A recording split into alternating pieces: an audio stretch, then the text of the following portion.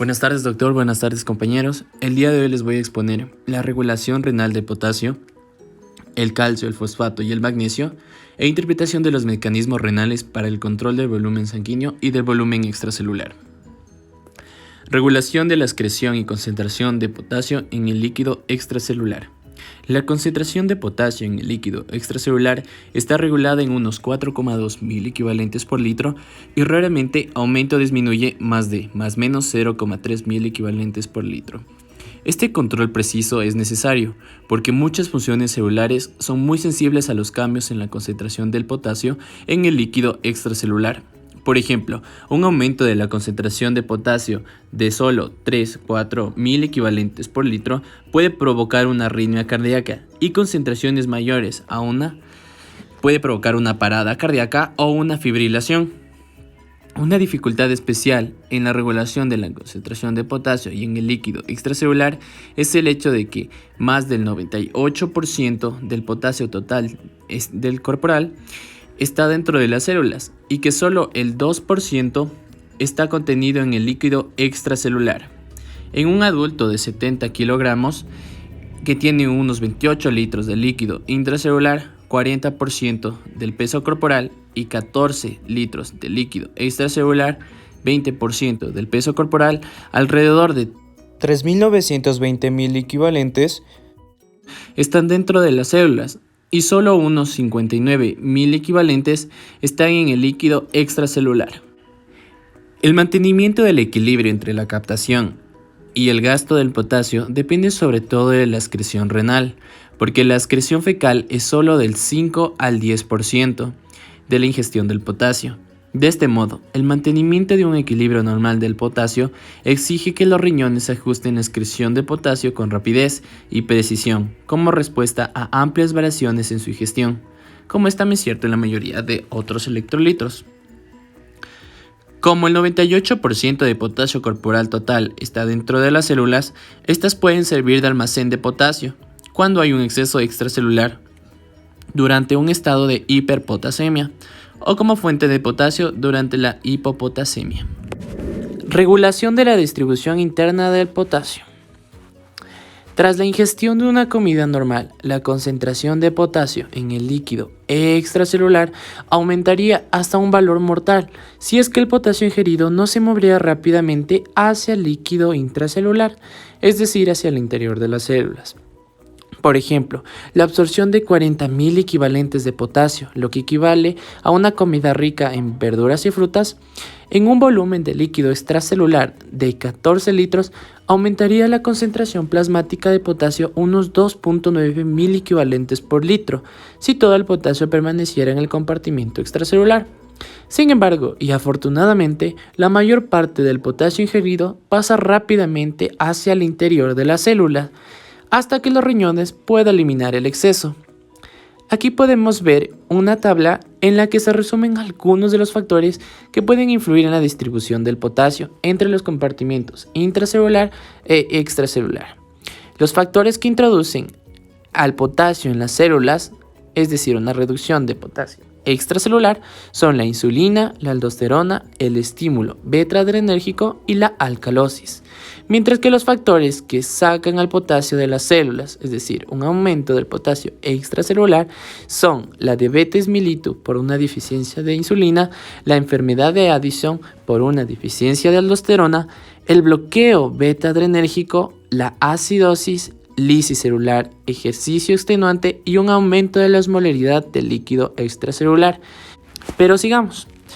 La insulina estimula la captación del potasio por las células. La insulina es importante para aumentar la captación de potasio por las células tras cualquier comida que ingiramos. En las personas con una deficiencia de insulina debido a una diabetes mellitus, el aumento de la concentración plasmática de potasio tras ingerir una comida es mucho mayor de lo normal. Sin embargo, las inyecciones de insulina pueden ayudar a corregir la hiperpotasemia. Como podemos ver aquí, la concentración de extracelular de potasio cuando haya insulina produce una reducción de potasio extracelular. Sigamos. La aldosterona aumenta la captación de potasio por las células. La mayor ingestión de potasio también estimula la secreción de aldosterona, lo que aumenta la captación de potasio.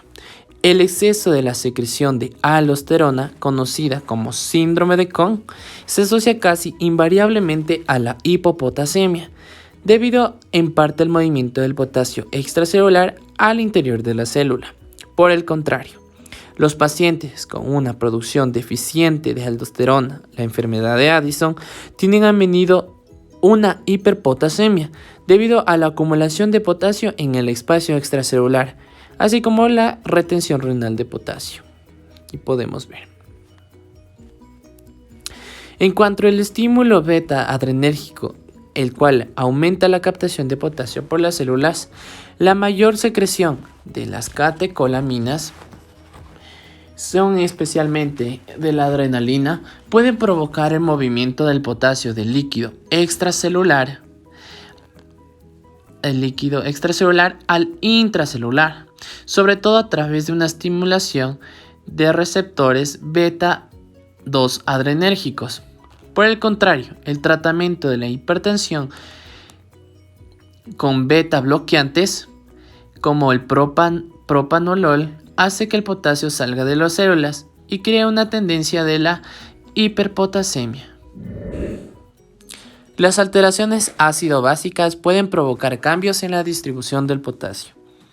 La acidosis metabólica aumenta la concentración extracelular de potasio, en parte por la salida de potasio de las células, mientras que la alcalosis metabólica reduce la concentración de potasio en el líquido extracelular.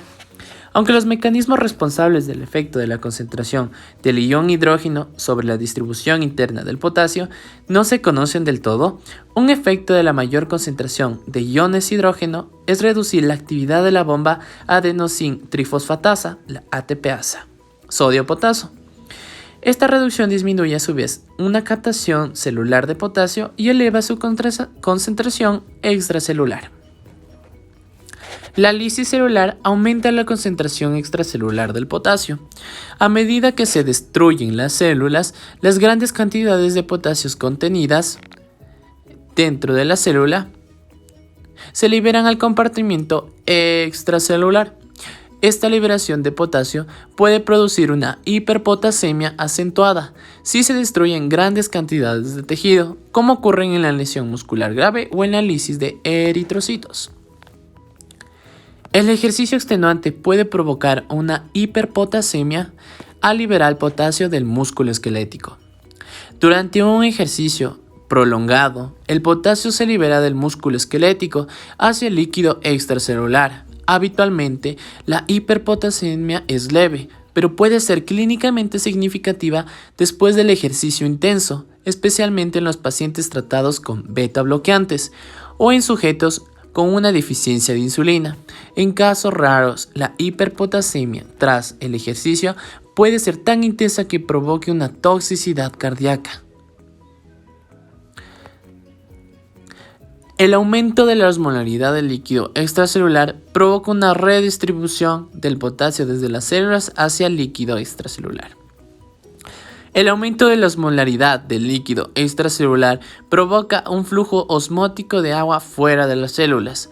La deshidratación celular aumenta la concentración intracelular de potasio, con lo que favorece la difusión de potasio fuera de las células y aumenta la concentración de potasio en el líquido extracelular. La reducción de la osmolaridad en el líquido extracelular tiene el efecto opuesto. Una visión general de la excreción renal del potasio. La excreción del potasio renal está determinada por la suma de tres procesos renales: la filtración del potasio, la reabsorción tubular del potasio y la secreción tubular del potasio. La filtración normal del potasio por los capilares glomerulares es de unos 756.000 equivalentes por día.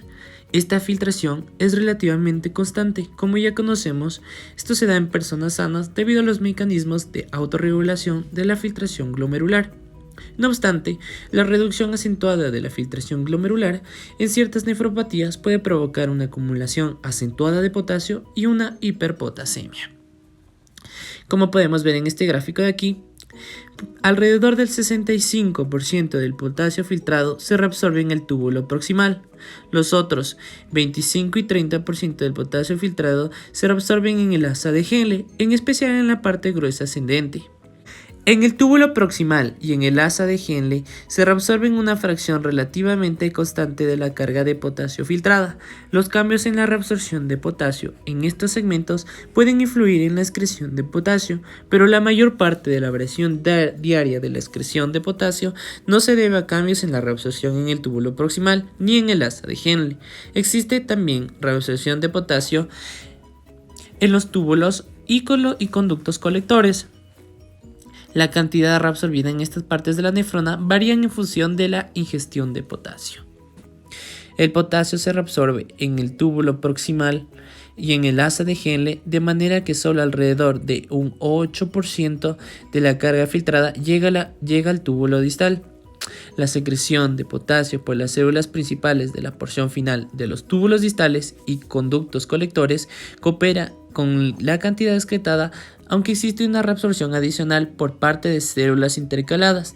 De esta manera, la excreción diaria es de alrededor de un 12% de potasio filtrado en los capilares glomerulares. Y eso sería todo. Muchas gracias.